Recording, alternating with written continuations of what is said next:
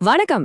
2026 தமிழ்நாடு சட்டமன்ற தேர்தல் முடிவுகள் என்னவாக இருக்கும்? யார் ஆட்சி அமைப்பார்கள்? இப்படிப்பட்ட பல கேள்விகளோடு இருக்கிற உங்களுக்கான ஒரு ஆழமான அலசல் தான் இது. பல வருஷமா தமிழ்நாட்டுல ரெண்டே கட்சி தான் மாறி மாறி ஆட்சிக்கு வரும், கரெக்டா? ஆனா இப்போ களம் மொத்தமா மாறி ஒரு மிகப்பெரிய பலமுனை போட்டியா உருவெடுத்திருக்கு. ஃபர்ஸ்ட் டைம் வோட் பண்ணவங்களுக்கும் சரி, பல வருஷமா எலெக்ஷன் பாக்குறவங்களுக்கும் சரி, இது நிஜமாவே ஒரு வரலாற்று சிறப்புமிக்க தேர்தல்னு தான் சொல்லணும். சரி, இந்த எக்ஸிட் போல்ஸ், அதாவது தேர்தலுக்கு பிந்தைய கருத்து கணிப்புகள் என்ன சொல்லுது? அந்த நம்பர்ஸ்க்கு பின்னாடி இருக்கிற பாலிடிக்ஸ் என்ன? வாங்க ஸ்ட்ரெயிட்டா விஷயத்துக்குள்ள போலாம். 85.1% நம்ப முடியல. ஏப்ரல் 23, 2026ல நடந்த இந்த எலெக்ஷன்ல பதிவான ஒரு ஹிஸ்டாரிக் வோட்டிங் பெர்சன்டேஜ் இதுதான். மக்கள் இவ்ளோ ஆர்வமா, குறிப்பா முதல் முறை வாக்காளர்கள் வெயில்ல பெரிய கியூல நின்னு வோட் பண்ணிருக்காங்கன்னா, இந்த எலெக்ஷனோட முக்கியத்துவம் என்னன்னு நம்ம புரிஞ்சுக்கலாம். ஒரு ஜனநாயக நாட்டுல இவ்ளோ பெரிய வாக்குப்பதிவு நடக்கிறது ரொம்ப ரொம்ப ஆரோக்கியமான விஷயம். ஆனா இந்த கருத்து கணிப்பு நடத்துற ஏஜென்சிஸ்க்கு இது ஒரு பெரிய சேலஞ்சாவும் நிறைய சர்ப்ரைஸ் கொடுக்கறதாவும் அமைஞ்சிருக்கு. சோ, இப்ப நம்ம எல்லார் மைண்ட்லயும் ஓடுற அந்த ஒற்றை கேள்வி இதுதான். இந்த வரலாற்று சிறப்புமிக்க தேர்தலை ஜெயிக்க போறது யாரு? இந்த முறை களம் அப்படியே தலைகீழா மாறிருக்கு. எதிர்பார்ப்புகள் முன்னெப்போதையும் விட எகிரி இருக்குன்னே சொல்லலாம். நாம டேட்டாவை டீப்பா பாக்குறதுக்கு முன்னாடி வாக்காளர்களோட மனநிலை இம்முறை எவ்ளோ காம்ப்ளெக்ஸா, கணிக்க முடியாத அளவுக்கு மாறி இருக்குன்னு புரிஞ்சுக்கிறது ரொம்பவே அவசியம். சரி, பகுதியா 2026 எக்ஸிட் போல் முடிவுகள் என்ன சொல்லுதுன்னு பாப்போம். ஓகே, இந்த 118 இந்த நம்பரை நல்லா ஞாபகம் வச்சுக்கோங்க. இது ஒரு மேஜிக் நம்பர்.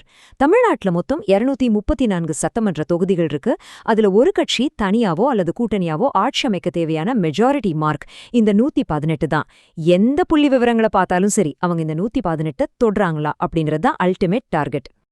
இப்போ இந்த டேபிள பாருங்க. இந்தியாவோட டாப் ஏஜென்சிஸ்க்கு இடையிலே எவ்வளோ முரண்பாடுகள் இருக்குன்னு உங்களாலே பார்க்க முடியும். பீப்புள்ஸ் பல்ஸ் என்ன சொல்றாங்க? திமுக கூட்டணிக்கு 125லேருந்து 145 இடங்கள் வரைக்கும் கிடைச்சு ஈஸியா ஜெயிப்பாங்கன்னு சொல்றாங்க. ஆனா அப்படியே ஜேவிசியோட கணிப்பை பாருங்க, அது கம்ப்ளீட்டா வேற மாதிரி இருக்கு. அவங்க அதிமுக 128லேருந்து 147 இடங்களை பிடிச்சு ஒரு மாபெரும் கம்பேக் கொடுப்பாங்கன்னு சொல்றாங்க. இது எல்லாத்தையும் விட மிகப்பெரிய ஆச்சரியம் ஆக்சிஸ் மை இந்தியாவோட கணிப்பு தான். அவங்க தவகை 98லேருந்து 120 இடங்கள் வரைக்கும் புடிச்சு தனிப்பெரும் கட்சியா உருவெடுக்கும்னு சொல்றாங்க. எப்படி ஒரே மாநிலத்துல ஒரே தேர்தல்ல இவ்வளவு வித்தியாசமான கணிப்புகள் வருது? இது நீங்க புரிஞ்சுக்கணுமா? அப்போ முதல்ல இந்த கணிப்புகளை எப்படி எடுக்கறாங்கன்னு நம்ம தெரிஞ்சுக்கணும்.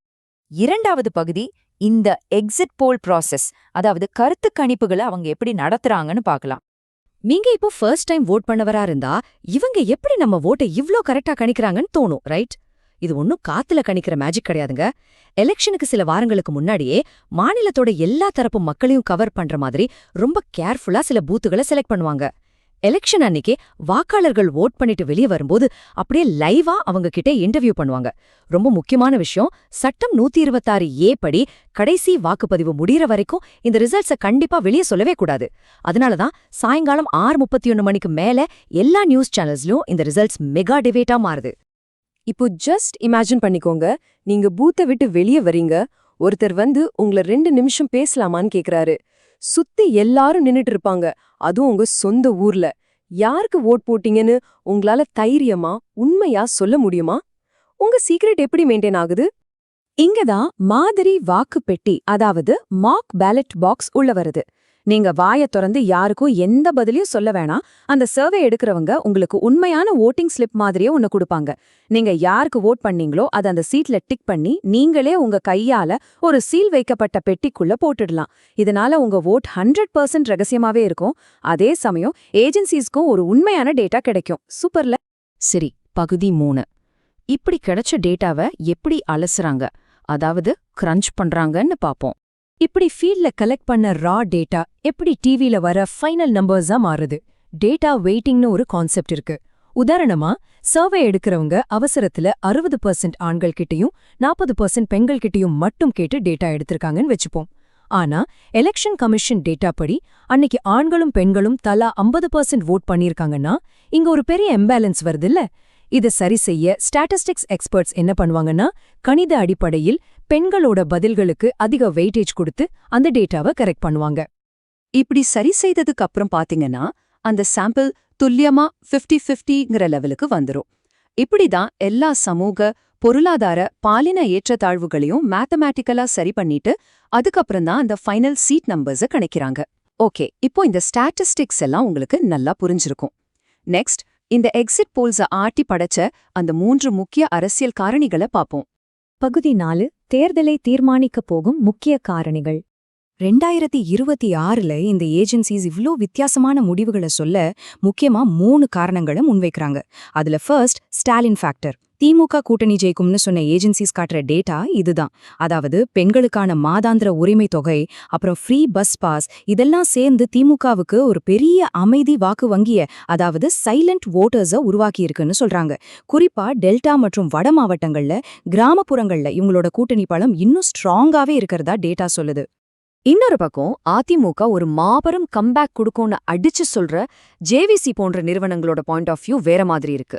அவங்க என்ன சொல்றாங்கன்னா, எடப்பாடி பழனிசாமி தலைமையில கொங்கு மண்டலத்திலயும் சரி தென் மாவட்டங்களையும் சரி கவுண்டர் மற்றும் தேவர் வாக்குகள் ரொம்ப ஸ்ட்ராங்கா ஒருங்கிணைஞ்சிருக்குன்னு சொல்றாங்க. அது மட்டும் இல்லாம ஆளுங்கட்சிக்கு எதிரான அதிருப்தி வாக்குகளை இவங்க சரியா கேட்ச் பண்றாங்க. முக்கியமா ஆளுங்கட்சிக்கு எதிரான வாக்குகள் நிறைய சின்ன சின்ன கட்சிகளா சிதறது அதிமுகவுக்கு பெரிய பிளஸ்ஸா அமைஞ்சிருக்குன்னு இந்த டேட்டா காட்டுது. ஆனா 2026ஓட மிகப்பெரிய பேசுபொருள் இது ரெண்டும் கிடையாதுங்க. அதுதான் விஜயின் அரசியல் பிரவேசம். புதிய வாக்காளர்கள் கிட்ட எடுத்த நேரடி இன்டர்வியூஸ்ல பல வருஷமா இருந்த திராவிட கட்சிகளுக்கு மாற்றா ஒரு மாபெரும் அலைய ஏஜென்சிஸ் பதிவு பண்ணிருக்காங்க.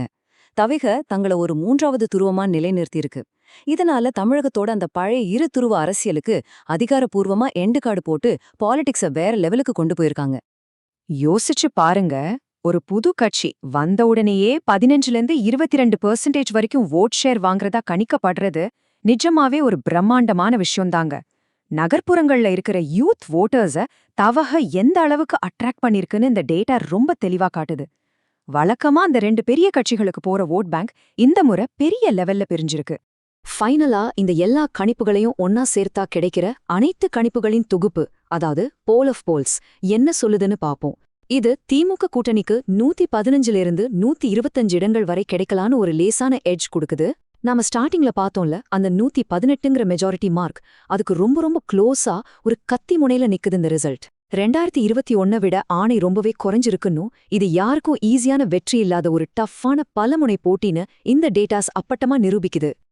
இப்போ நாம அந்த கிளைமேக்ஸ் கேள்விக்கு வந்துட்டோம்.